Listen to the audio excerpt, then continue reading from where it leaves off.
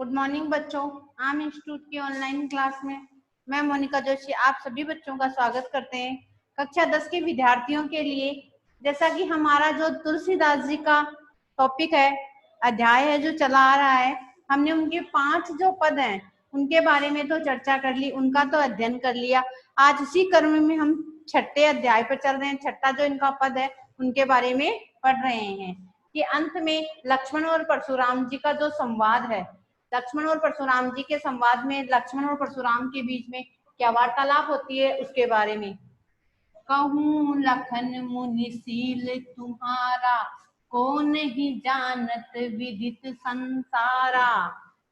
कहो लखन, लखन का मतलब लक्ष्मण, हे मुनिवर आपका जो स्वभाव है, शील का मतलब स्वभाव, तुम्हारा आपका, को यानी कौन, नहीं का मतलब नहीं, जानता, जानता, विदित का मतलब जानने वाले संसार में, यानी आपका जो स्वभाव है उसको कौन नहीं जानता है इस संसार में।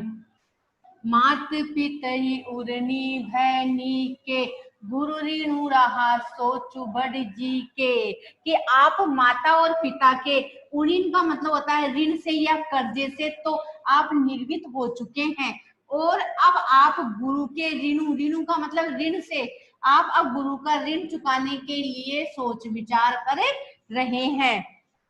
जो जनु हम रे माथे काढ़ा, दिन चली गई ब्याज बड़ भाड़ा, कि जो आप हमारे माथे मंड रहे हो, अर्थात गुरु का ऋण बढ़ जाने से वह आप हमारे माथे मंड रहे हो, और दिन अधिक चले जाने पर हो सकता है उसका ब्याज भी बढ़ गया हो।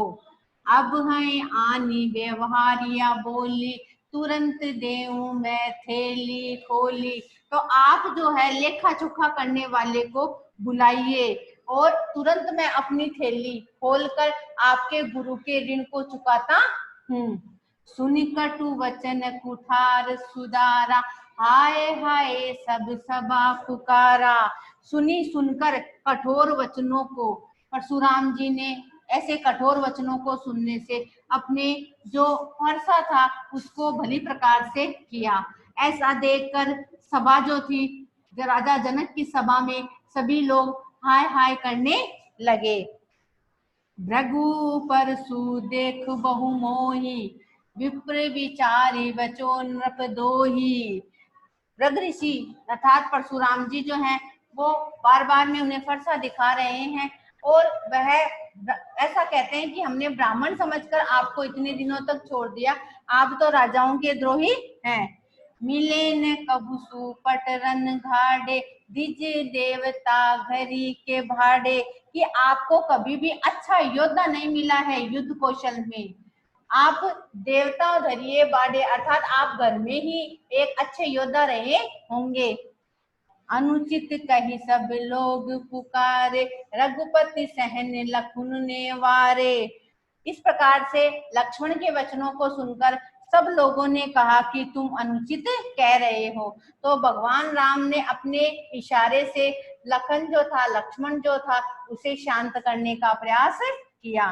लखन उत्तर आहुत सरिस, रघुपुर को पुकुसानु, कि लक्ष्मण के जो उत्तर थे वह भृग ऋषि अर्थात परशुराम जी के क्रोध को बढ़ाने वाला था, अर्थात उसके जो शब्द थे वह अग्नि के समान उसके क्रोध को बढ़ाने वाले थे। बढ़त देखी जल सम वचन, बोले रघुकुल भानु। ऐसे क्रोध को बढ़ता हुआ देखकर जो रघुकुल अर्थात राम के जो वचन हैं, राम के जो वचन हैं वो समान है शांति के प्रतीक। जल का मतलब शांति के प्रतीक है और भानु का मतलब सूर्यवंशी जो राम हैं उनके वचन जो हैं वह ठंडे करने वाले हैं, अर्थात उनकी मीठी वाणी जो है वो परशुराम जी और लक्ष्मण के झगड़े को शांत करने वाली है। ये सब शब्द आते ही उपमा अलंकार हो जाएगा। एक ही वर्ण की आवृत्ति एक से अधिक बार होने पर, जैसे ब्याज बड़ बाढ़ा, तो अनुप्रास अलंकार हो जाएगा। एक ही शब्द की आवृत्ति अधिक बार होने से अतिशोक्ति अलंकार हो जाएगा। ये सब चीजें जो हैं वो हम विशेष के अंदर लिखेंगे। एक बार इसका पूरा जो सरलार्थ है वो है कि लक्ष्मण जो था उन्होंने कहा कि हे गुरुवर, आपका जो स्वभाव है वो कौन नहीं जानता है, आप माता और पिता के ऋण से तो नियुक्त हो गए और अब आप अपने गुरु के ऋण के बारे में सोच रहे हैं, जो आप हमारे माढ़े मंड रहे हैं, और अधिक दिन बढ़ जाने से उसका ब्याज भी बढ़ गया है। तो आप जो व्यवहार करने वाला है, अर्थात जो लेखा जोखा करने वाला है, उसको बुलाइए, मैं तुरंत ही आपके गुरु का ऋण चुका देता हूँ। ऐसे वचनों को सुनकर ऋषि ने अपनी जो फरसा है उसको निकाला और सभा में हाय हाय होने लगी।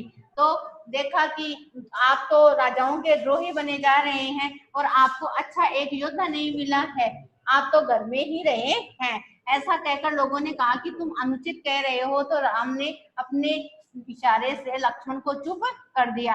लक्ष्मण की जो वाणी थी वह क्रोधांगनी करने वाली थी, और जो राम की वाणी थी वह शांति का प्रतीक मानी जाती है। आगे के कर्म में आज जो है वो तुलसीदास जी का पूरा समाप्त हो गया है। आगे जो है वो हम देव कवि के बारे में कल पढ़ेंगे। Thank you.